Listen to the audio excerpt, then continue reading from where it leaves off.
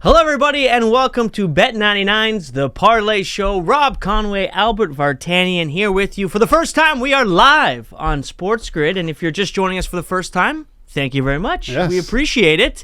Lots of fun things we're going to be doing on this show. Lots of great guests. Of course, we'll have Matthew Barnaby, one of our co-hosts, will stop by twice or three times a week. I'm missing Barnes today, man. I know, missing Barney today. We got Georges St. Pierre as well, who stops by for all of our UFC stuff. Olivier Aubin-Mercier, amongst other guests as well, and some experts in the field. But Albert, just happens to be one of the slower days in the sports calendar. You know what? Everyone says that, but there's always something going on. There's we're always based something in Toronto. going on. Obviously, Jay's big talking point. Manoah, with his first start, got the Homerun Derby going on. Still making moves in hockey. DeBrincat getting a deal with Detroit Red Wings, which everyone starts talking about. Nylander, what's he worth? Yeah. Is he going to take less? So as much as there's a lull in sports, dude, there's a lot to talk about. There is a lot to talk about. We have the All-Star Game. We'll be talking about the Homerun Derby today. Yes, sir. We'll be talking about the second half, prospects when it comes to the Jays with James Sharman, and Sara Porraria will be joining us to talk a bit about Wimbledon, and both of them will be giving their input on Canada's women's soccer team that in a couple weeks will be in the World Cup. And the Canadians losing to the States yesterday. That's another penalties. one. That's another one. Maybe one of the worst games I've ever seen in my life. It wasn't a great game up until the 80th minute, and then it started to really turn around. And disappointing, too. I mean, that goal to take the lead in extra time was beautiful, and then just a bad bounce, right? What are you going to do? Well, what are you going to do? Scott Kennedy's in the wrong place, wrong time. It is what it is. And that Canadian team, they should have done better in this tournament. I mean, there's a lot I wanted to say about it, but maybe I'll save that for later on in the show. Yeah, I mean, look, they didn't exactly have the best lineup that they could have there. No, and that's the frustrating part, because when you think about the Gold Cup, it's similar to what the European Cup is to European players in European countries, right? Yeah. No matter what, at the end of a long season, you're going to get your Mbappes, you're going to get Harry Kane and the top players in the world to play in that tournament because it means so much to them in their country. For the Gold Cup, you have Canada, who puts out a weekend team because a lot of the players they're tired from playing a long season. Some of the guys like Stephen Eustáquio and Alphonso Davies, Jonathan David play for European clubs, so they wanted a bit of a break, and I find that frustrating because this is an opportunity to win a trophy for your country. Yeah, and I agree. A lot of weekend sides, as we've seen so far in the Gold Cup. I just feel like this is a great opportunity for Canada to go out and win something. If you're a player like Alphonso Davies, how can you not look at this and be like, we can win this if I go there, if we send maybe Stephen Eustáquio, we need a goal scorer, Kyle Larin, and Jonathan David. A couple more players, I think, would have made a huge difference. I think they would have won that game last night if they had some of those guys. You would think so, right? And when it comes to rest, in the group that they had, Guadeloupe, Guatemala, there would have been an opportunity to rest.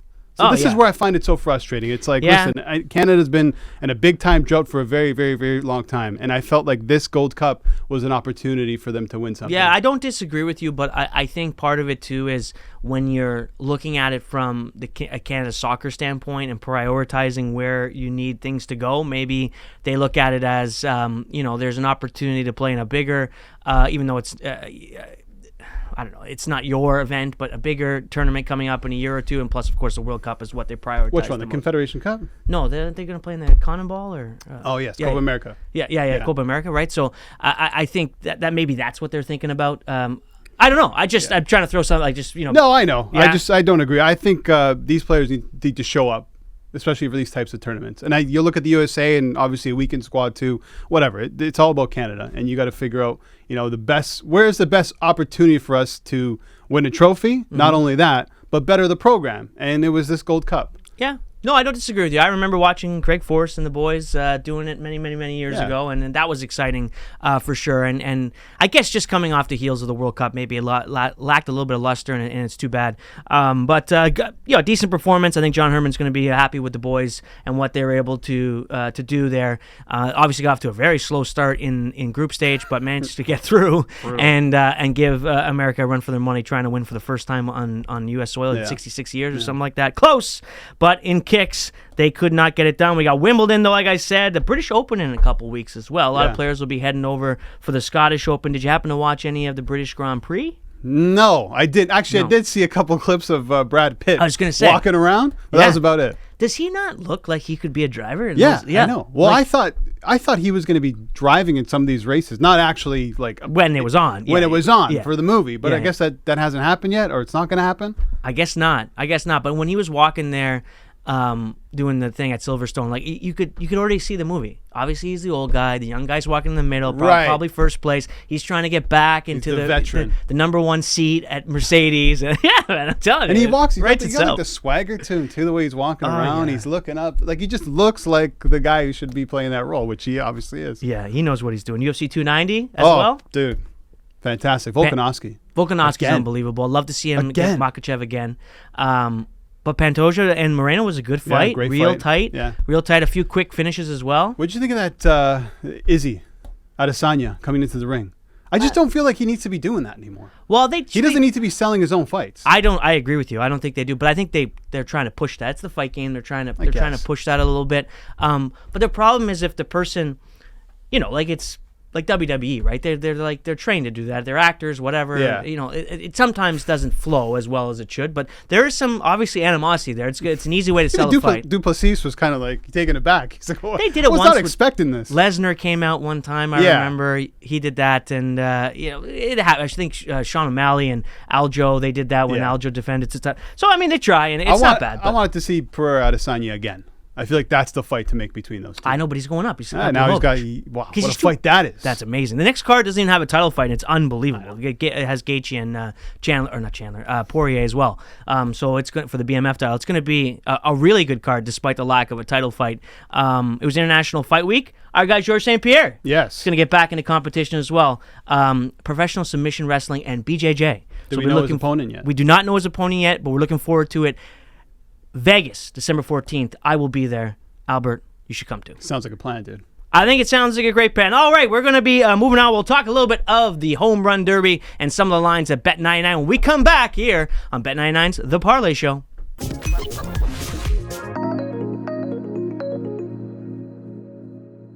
All right, welcome back to Bet99's The Parleh Show. I'm Rob Conway in studio in Toronto, and joining me, my co-host, Albert Vartanian. Albert, we have the Homerun Derby, and this year's edition is pretty exciting. Really looking forward to the lineup that you have. Obviously, some Toronto connection there with Vladimir Guerrero Jr. making his return. Pete Alonso, two-time champ, is there as well. But guys like Julio Rodriguez, the local guy when it's in Seattle, there is some decent play. Betts is a big name. Garcia, Rosarena, Rutschman, Luis Robert as well. Only guy really missing in that lineup, I don't know. I mean, Judge, obviously, but he's hurt. But is Shohei Ohtani. Yeah. A little disappointing not to have him there, but he's obviously got the blister going on. Don't know if he was ever going to do it anyway. Love to see him there, though, because I find, we'll get into the odds and we'll get into some picks, I find that in this, I always like, I shouldn't say I always like to pick this stuff, but it's the only thing to bet a lot of times at 7 o'clock Eastern tonight. Totally. It's going to be the only thing going on, and it's fun to do. So, I've done okay. I remember Yoenis Cespedes won a bunch of years ago, and I had him, I had Julio last year as well. I do like somewhere a little bit farther down the board, but I find the guys that are the freshest and are the best athletes can win this because they can all hit the ball 450 feet, but when you put up 27 home runs in the first round and you're Vladdy, you might get a little tired. I find it difficult to handicap home run derbies, but it's definitely tough. It's an exhibition. It's tough because you don't know, but then you look at, let's look at some of the players. Who takes this more seriously than anybody else? Pete Alonso. This is a guy, so he's all about wanting to win the home run derby. He has a chance to win it the third time.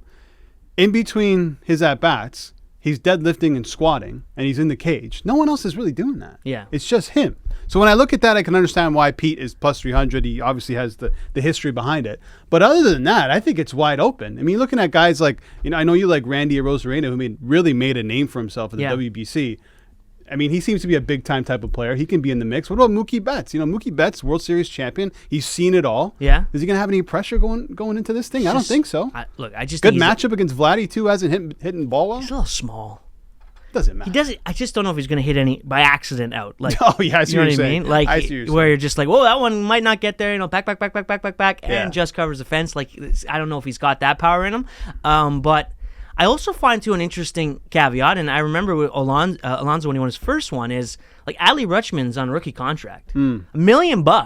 is more than he probably makes in a year. Motivation for sure. So he's got a little motivation. Even Vladdy doesn't. He's starting to get up to. He hasn't signed his big deal yet or anything along those lines. $1 million goes a long way. Pete Alonso, I think the first one he won, that $1 million was worth more than his contract at the time, I believe. Yes, I believe you. That's a motivation for sure. I don't know what Adley Rutschman makes a year. Would have got a big signing bonus being a high pick for Baltimore, but. Hey, $1 million is $1 million. When you sign a $400 million deal like Mike Trout or something, $1 million ain't really gonna do anything. But when you only have 10 in the account, that's a 10% bonus. No, it's true. That's why I like some of these guys who have a bit of extra added motivation. I find it hard going against Pete. I will go against Pete because when it comes to these things, I love betting the dog, but I feel like he's the guy, man. And let's get into a little bit about how we think it's all going to break down. And a lot of it has to do with the way that they rank this. Now, they're not the top 8 guys in home runs, but they're ranked in order of the most home runs that they have so far. So Luis Robert is number 1. That side of the bracket, has Rutschman, Arozarena, Robert, and Adolis Garcia. Yeah. Let's be honest. If you were to pick the top 4 guys to win this, they're all on the other side of the bracket. You're looking at the weaker side, yeah. Yeah. And I think on that side, I can understand the Arozarena pick. I'll be honest, like Adolis Garcia, I think everyone's kind of sleeping on him because you don't see much of him, right? No. That matchup between those two is a 50-50 matchup. You have Rutschman against Robert Jr. I mean, Robert has been so good. He doesn't miss many pitches. We just saw him with the Jays. He's not going to take too many pitches. He's just going to go and hammer away. Yeah. Long home run prop for him as well, too. Yeah, I mean, I'm just looking at the bracket. Arozarena, you got to get through. I mean, you got to win it all too, but you're just hoping that it's a slugfest, literally, on the other side. I think the most exciting first round matchup's got to be Alonso and Rodriguez. No, they had a great one last year when Rodriguez went on to win, Rodriguez didn't go on, but he went on to win against Juan Soto. Against Alonso though, and then Alonso won the 2 previous things. So I mean, that's a tough first round matchup for both those guys. I don't want to say anyone stops trying to hit home runs, but you get up to the 20 spot or something like that, or if you're the second guy, you can also stop.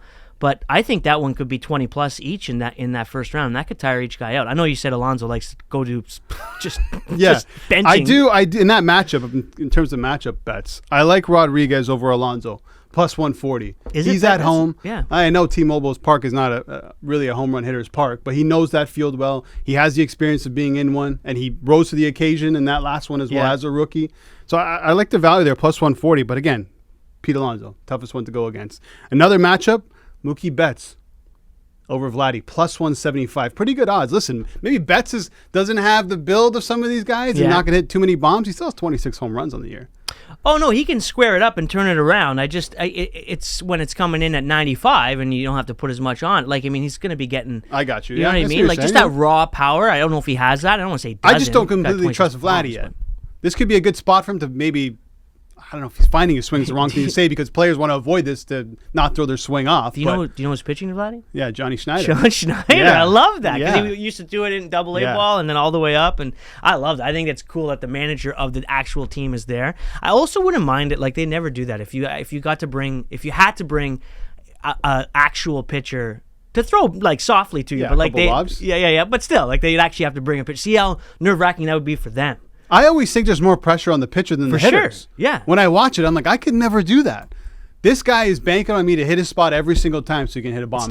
It's time too, right? You got to be quick. Yeah, it used to be you get the 10 hacks and then people were laying off pitches and stuff like. So now you don't have that, and so you miss 3-4 not in the dirt, but basically the dirt, and the guy's give me a break here, right? Throwing curves and slurs, a little sling in there. It should be a lot of fun. I mean, what are you looking at here? It's hard to bet Pete Alonso at plus 300. I think you're right; he should be the favorite, but.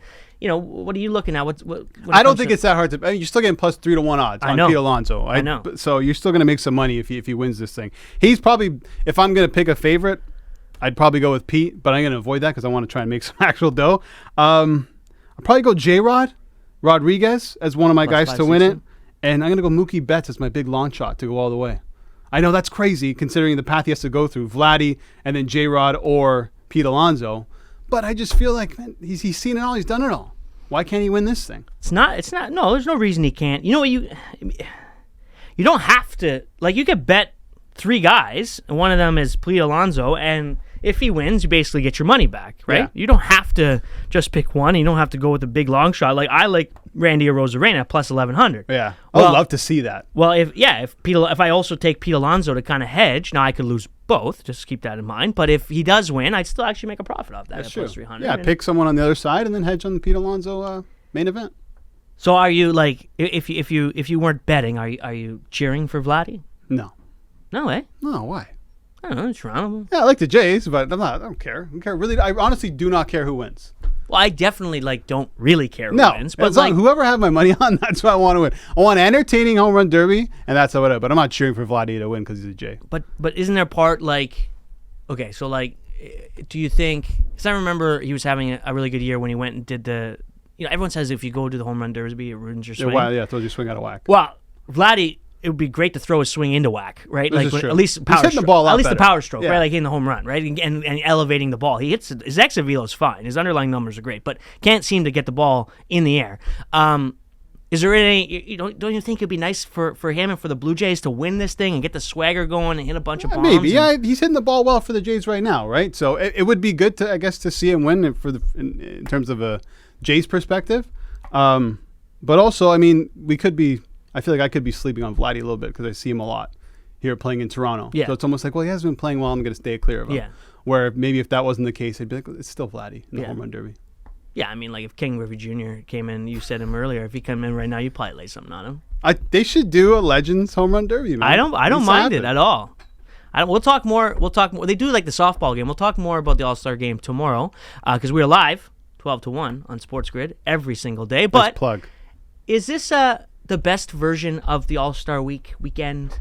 Like in all sports? Yeah. Yeah, by far. It's not you even think close. so, right? Well, for a long time, it was a slam dunk competition. I know, yeah. And now that's gone. And Yeah. one of the reasons why is because, listen, none of the stars want to participate in it. Whereas the Home Run Derby, it's the complete opposite. Whether it's because of money, I don't know what the case is. I would say the close second is probably the three-point competition now.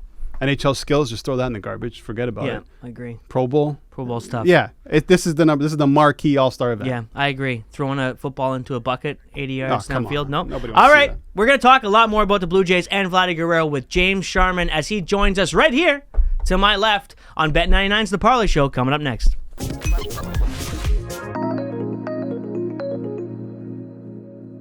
We are live on Sports Grid, 12 to 1 every single day right here in Toronto in studio. Joining us now to talk a little Blue Jays and a little Canada women's soccer because the World Cup team was announced yesterday is James Sharman. James, how are you? I heard you guys talking some Gold Cup as well earlier. We were, yes. I'm I don't really, mind getting into that really a little impressed, bit too. Rob. Yeah. It's fantastic. Yeah, thank you. Even though it was a disappointing result. It in the was. end for us Canadians. It was disappointing, too, because of how good the second goal was for Canada and how crappy the second goal was for the States. It's funny. It's one of those games that for 88 minutes, it was a pretty dire affair, right? Mm-hmm. Not that enjoyable. But then it kind of burst into life for the last few minutes of regulation time and then extra time and, of course, penalties. Yeah. And we remember that, right? Oh, what a classic. Remember that game in 2023, Canada States? What a classic. Like, it wasn't really, but it was a really exciting game of great theatre in the end. So I was basically saying this is a huge missed opportunity for Canada. And I felt like if they had a few more guys, if they had an Alphonso Davies, a Stacchio, Kyle Larin, or a Jonathan David, one of those, Tejan Buchanan. I kind of agree with you in that Canada needs to start winning stuff. Yeah. And getting trophies, right? And with this Gold Cup, with the States being so undermanned with their B team, and CONCACAF being pretty weak overall, it would have been an opportunity. Now, Mexico's playing full strength. Jamaica's a pretty good team. Pretty close. But if you put the Canadian stars in that squad, and suddenly you've got a team that's very much able to win a championship again for the first time since 2000. So I get it. Yeah. I'm with you. But I think in modern sports, modern football, you've got to really manage the players, the individuals, and give them a few weeks off because it has been a busy time. But like we were talking about off camera, in European Euro years and Copa years, these players do play. No matter what, throughout the summer as well. So it's just kind of par for the course for professional football. My slight counter-argument to Albert was that is it possible that the priority is the idea of playing Copa America perhaps and of course getting ready and geared up and that the goal for the World Cup again and that the Gold Cup just doesn't mean anything. Yeah. I used to and that almost like they're past it. It's a good point because I think since the Nations League came around. The Gold Cup's lost some of its mojo, so to speak, its moxie, because the Nations League isn't that big in Europe, perhaps, but it's getting bigger in CONCACAF regions, right? Because you get a qualification for Copa America now. It's really important.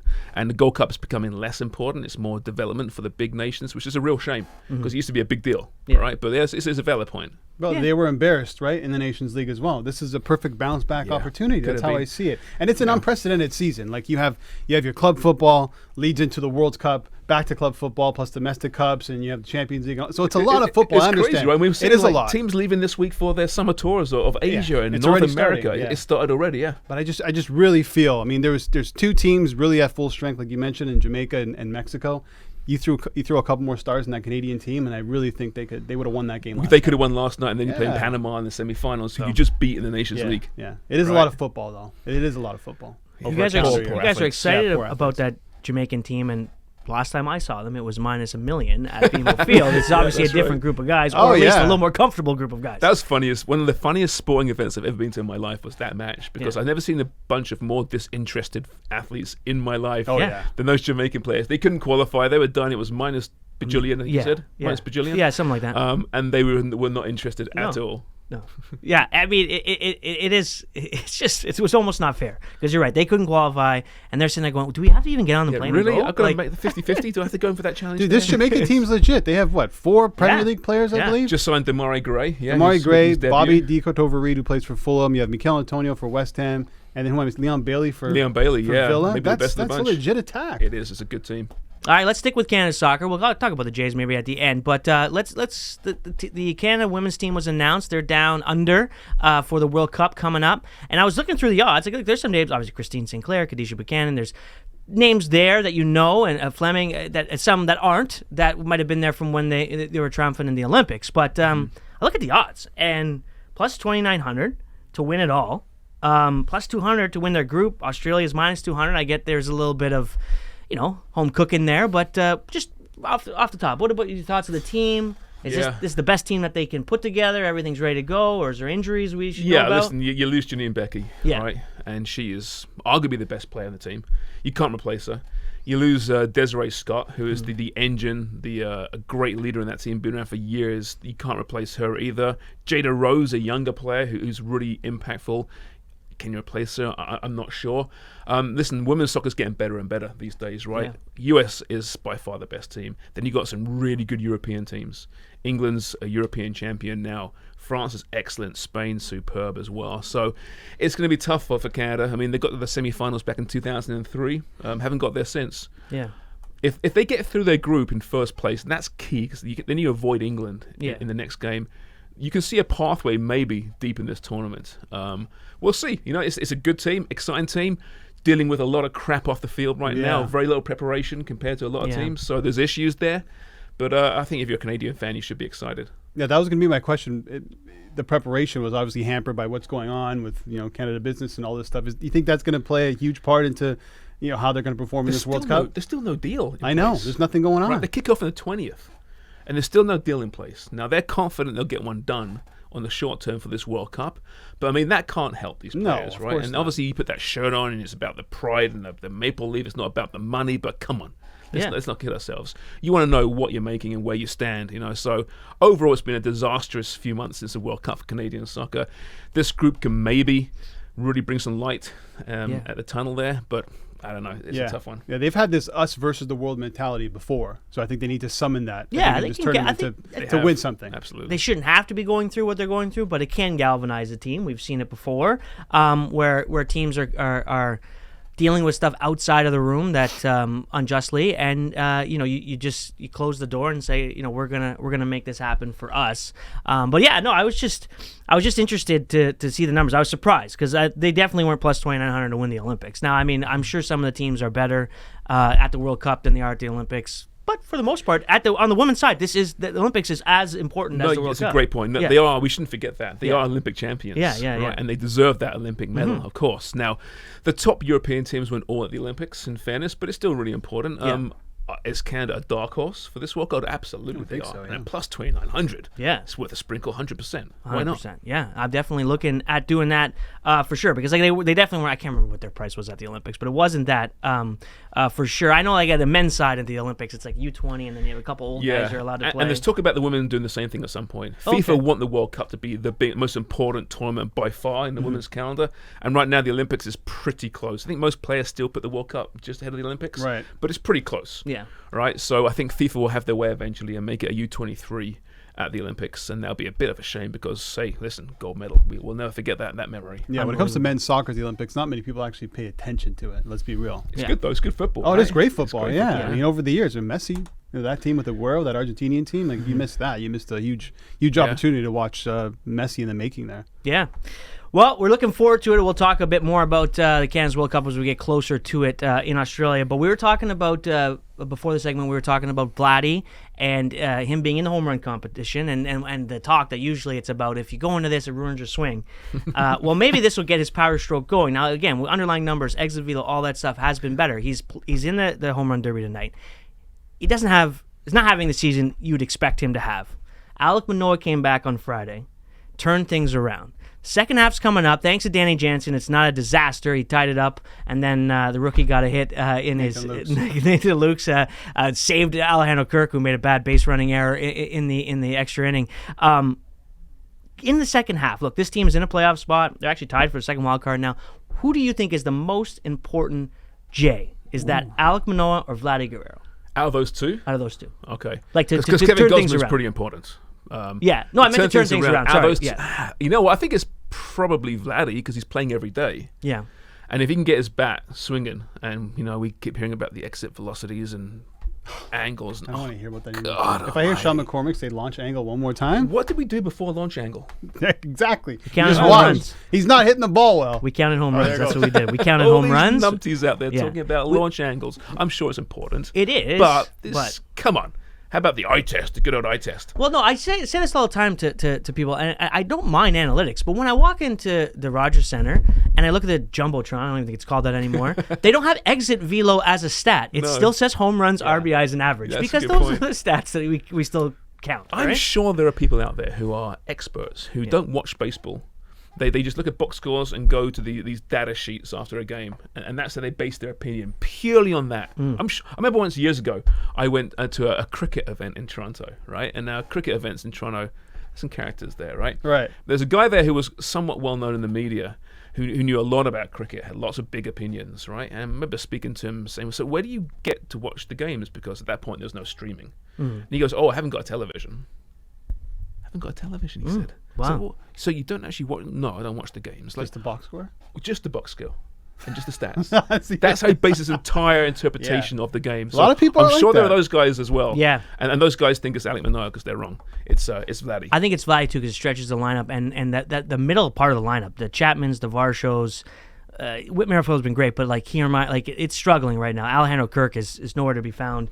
This team really needs to figure it out when it comes to trying to stretch this lineup up. Yeah, it's no doubt it's Vladdy over Manoah. Listen, this pitching rotation, 4-man rotation with Trevor Richards, by the way, who's been fantastic, shout out.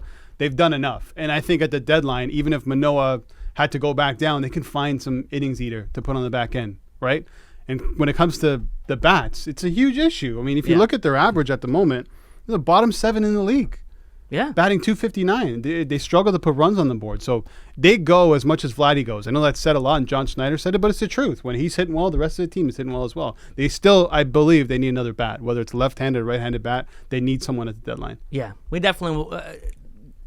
We'll continue to talk about it. They definitely need to figure out a couple other things. I don't know if pitching is the most important, but there's lots of names out there. We'll see what happens. We got about 30 seconds here. Do you have a pick for this evening's event? It's hard to go against Pete Alonso, isn't it? Really, I think. But I don't know, Mookie Betts, some Yes, good money Mookie on Betts, him, we right? got a second Mookie Betts pick. He's been great this year, he right? has. More power than we've seen for a long time. Let's go, Mookie. And this is a bit of a crazy contest. It's a lot of fun. The Derby. The Derby. The Homerun home Derby. run Not the Derby, the Derby. All right, James, thank you very much for joining us. We appreciate it. You'll be joining us, of course, daily here on the Parleh Show. Looking forward to it. All right, coming up next, Sara Porraria will be joining us. She'll be talking a little bit of Wimbledon and some more Canada women's soccer.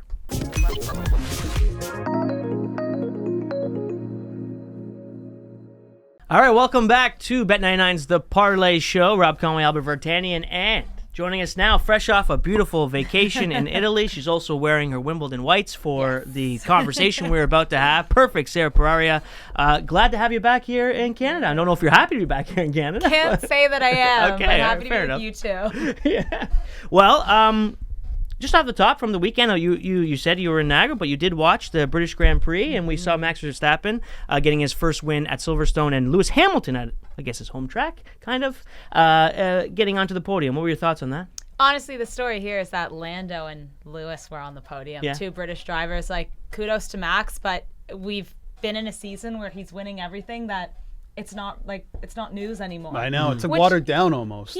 He made a comment about it too over the weekend. He said, "Oh yeah, there was a bit more of a race this weekend, a bit more of a fight, so that made it exciting." And I was like, when you're saying stuff like that, of course, as a fan, it's boring. So yeah, for sure, for the British public, they're loving seeing Hamilton, but also Lando, who's been driving with McLaren this season, and they've been horrendous. So really great performance from them.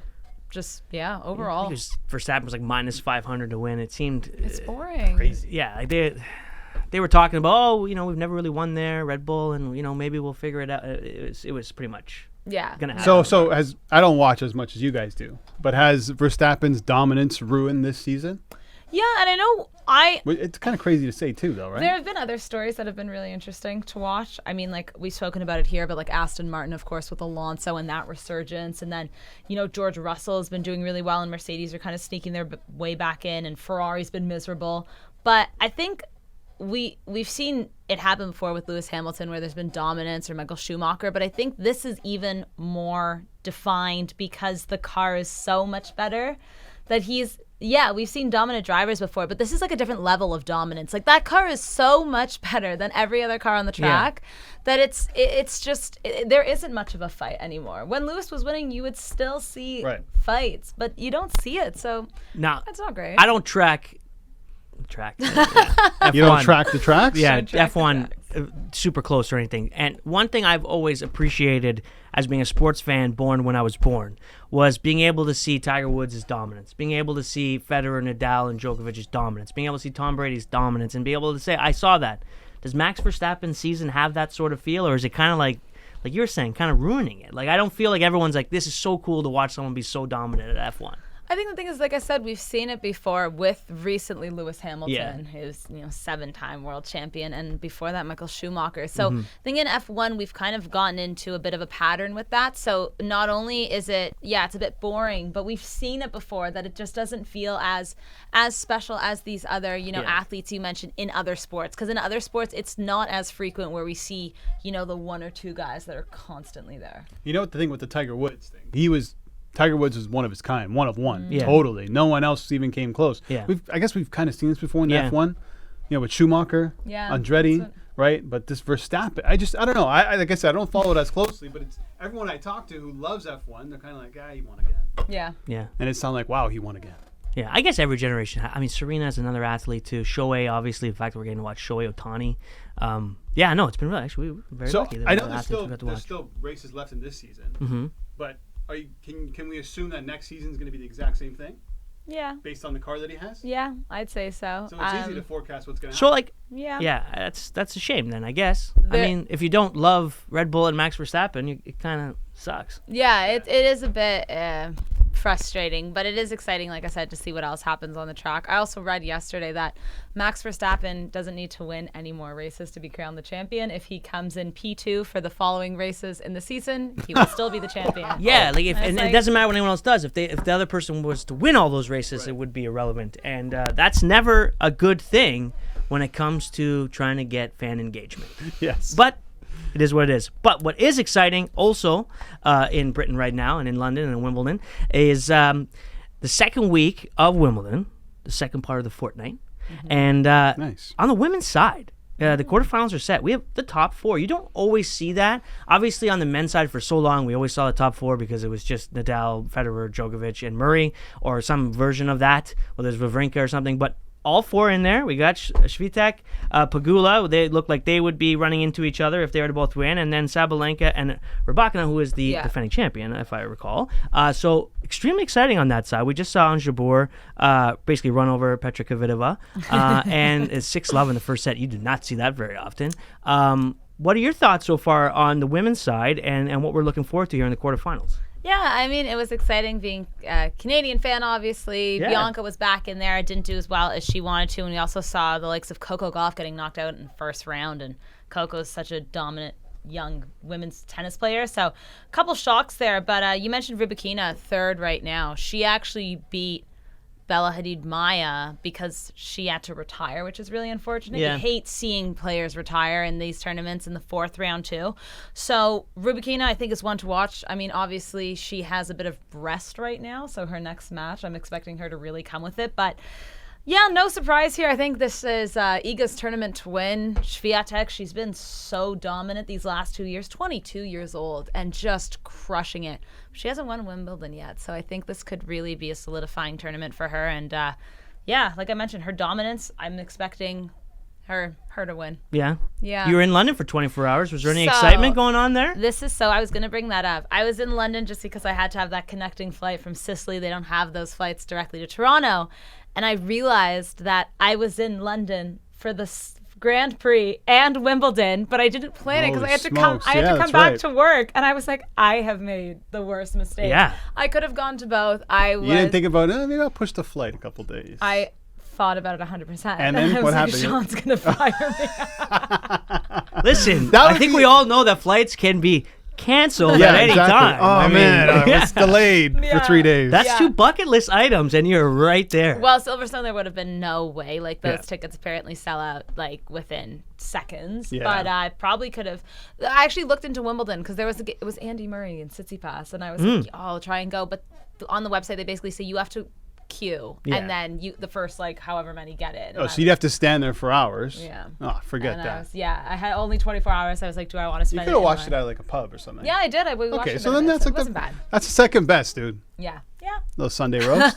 Yeah, no, I mean, look, just being in the city when stuff like that is going on, you feel the buzz, right? I mean, those are obviously massive events for London, but that's really cool. You can just don't tell anybody you didn't go. You just say you're in London during Wimbledon. Just assume you went. Also, was every celebrity in the world at Silverstone? Oh my God! Well, all the footballers you saw. Holy smokes! And then you're making appearances at Wimbledon too.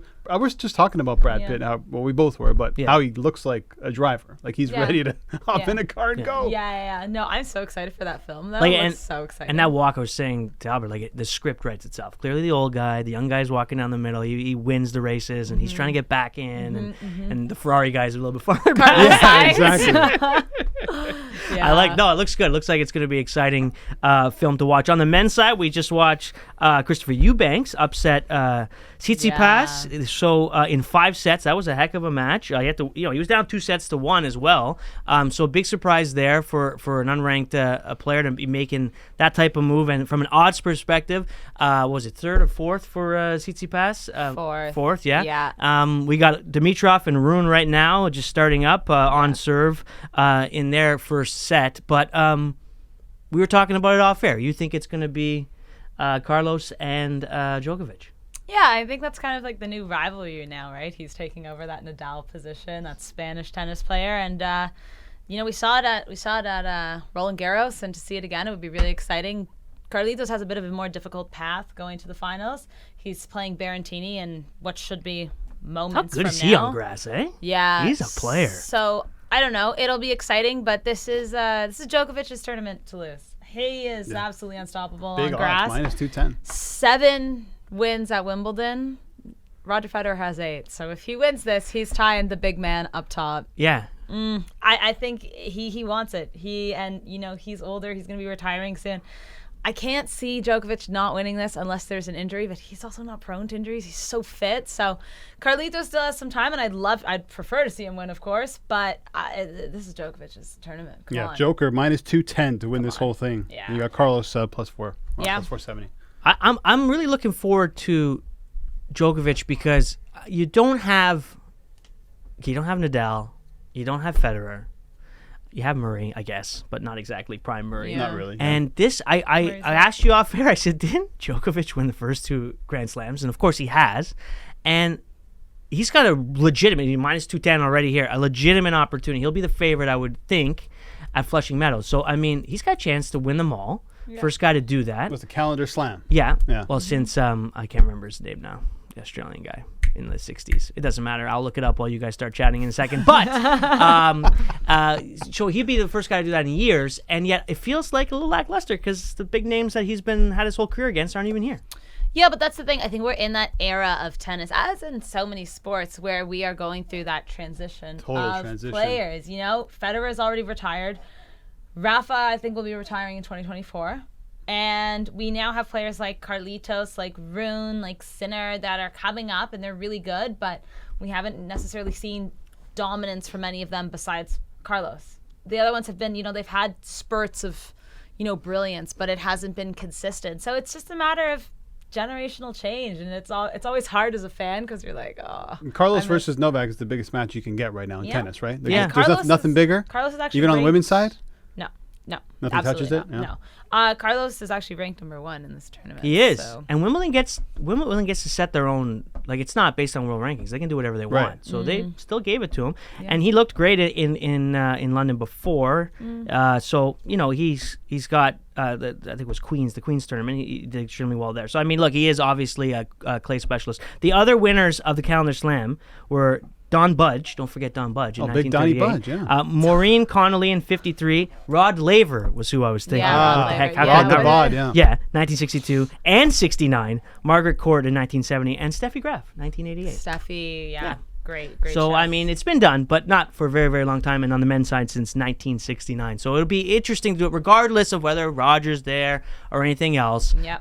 It's still a very big accomplishment for a guy like Novak to be able to do that. If you're thinking about plays for the quarterfinals now, like we're actually going to get into a little bit of some bets here, some odds. Now, do you do a lot of tennis betting? Oh, me? Yeah. Oh, me? Can't say that I do. No, and Albert, do you? No. No. Not a Okay, big so tennis guy. in order to make a tennis match a little bit more even, much like a football game when one team sucks and the other one's really good, is they have game spreads. Yeah. And so I really enjoy looking at two things because, like, most of the time you're going to get minus 700, minus 800. You're not going to bother with that. But the idea of betting a 6-4, 6-3, so minus 4.5 is the usual number unless it's like Carlos on clay, and this is in a 2-setter, not in a 5-setter. But 3-setter, not a 5-setter. Carlos on clay, sometimes he would get up to minus 5.5, minus 6.5, which is ridiculous, basically saying he's going to win 6-1, 6-2 or something like that.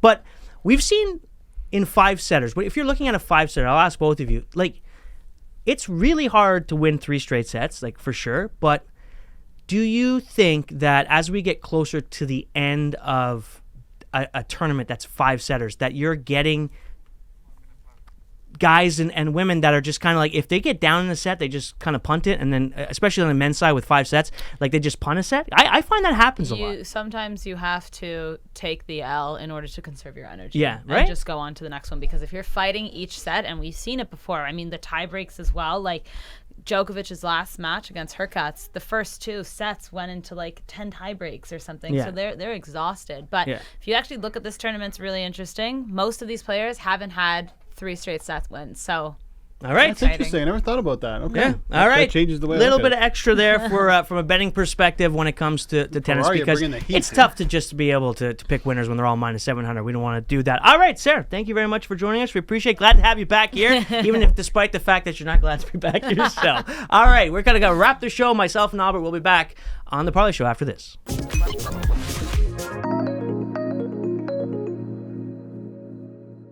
All right, welcome back to Bet99's The Parleh Show. We're here to wrap it up. Albert, our very first live show on Sports Grid. I enjoyed that. It was good times, man. Yeah, it was I good thought chatting so. a little sports with you, buddy. I appreciate that. And I also like, I did a lot of live radio for a very, very long time. It's nice to get the juices going with a little bit it's of a live. totally different vibe. We've been doing right? like pre-tapes, going Yeah. to live, so like it was live, but nothing like live. The magic of TV. There was no magic at TV today. Today was what you saw is what you got. And It was that magical, man. The connection. Well, the energy yeah. was There was fantastic. that. Shout out to the guests today, James Sharman, Sara Porraria, bringing the heat as always. As always. And looking forward to doing this every single day with you. Matthew Barnaby, our other co-host, will be can't wait to joining get us Barnes on tomorrow, as well as a couple more times this week. Can't wait to hear some of those stories from the golf trip, dude. Well, yeah, so he was in Kingston. Apparently the golf course was gorgeous. They had a great time. I'm sure a beer or two were drank. Yeah. And I think he's in Buffalo now with his son, because his son was at the tournament. And he just took nice. a picture on Instagram of wings, and it said Buffalo Baby. But that could also just meant the wings. Yeah, I Buffalo sauce. Yeah, Buffalo style wings. Know. Barney, we'll find out. I think you're in Buffalo, though. I think you're in Buffalo. He'll be up this way this weekend, too. I don't think he'll have time to stop in on Friday, but maybe he can be in studio on Friday. We'll see. But he's going to the Zach Brown concert, which some of the people here at Homestead What, are also at going. Molson? Yeah, Budweiser. Oh, Budweiser. Budweiser stage. Oh, sorry. Budweiser stage is where he will be, and so have some fun there as well. Love it. Usually on the show here we do a thing called the Parleh, where myself, you, Barney, and Sean McCormick who's in Detroit. Got to see a great victory by the Jays on Sunday. Unless he left early. Unless he left early. I don't think. He didn't seem like a leaving early kind of guy. You never know. Yeah. If it was his wife, she would have been like, I want to get out of here. Yeah, maybe. So he'll make a pick. So we do the Parleh. Here's the problem. Yeah. Nothing really to Parleh tonight. So we're just going to go with the Homerun Derby selections. We already got one from James. He was on Mookie Betts at plus 900. You like that as well. Yeah. Yeah, so I've changed my picks during the break, obviously. That's what I Okay. do. Yeah. I'm going Luis Robert. That's one of my guys to win, plus 450. Mookie, I'm still going Mookie to win. I'm going J-Rod over Pete, matchup, plus 150. And Randy Arozarena over Garcia, plus 120. Okay. I like the J-Rod pick. I'll go with you on that one. I'm going to take Randy Arozarena because he's on the easier side of the bracket at the longest odds. So I really like him there at plus 1,100. And look, we talked about it. I don't know what your problem is, but I'm going to sprinkle on Vladdy because he's a Toronto Blue Jay. All right, sprinkle on Vladdy. I mean, good we're luck, Toronto. Vladdy. I hope you have a good derby. Yeah. Or derby. As I James hope said. everyone has a good. I hope everyone has fun. $1 million on the line. Actually, I kind of hope Adley Rutschman wins because he probably. I want to see a probably 500 makes the least footer. amount Let's of see a money. couple 500 foot bombs. All right, that has been Bet 99's a Parleh. Thanks very much for joining us. We will see you again tomorrow. Take care.